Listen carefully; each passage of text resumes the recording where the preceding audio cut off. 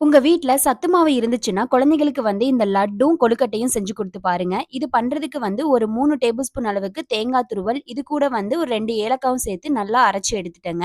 அதுக்கப்புறம் ஒரு பேன்ல வந்து 1 கப் அளவுக்கு சத்து மாவு, அதுக்கப்புறம் நம்ம அரைச்சத தேங்காய் விழுதையும் சேர்த்து நல்லா மிக்ஸ் பண்ணி எடுத்துக்கிட்டு, நான் வந்து இது மிக்ஸ் பண்றதுக்கு ஹாட் வாட்டர் சேர்த்திருக்கேங்க. உங்களுக்கு தேவைப்பட்டுச்சுன்னா வெல்ல பாகு கூட நீங்க சேர்த்துக்கோங்க.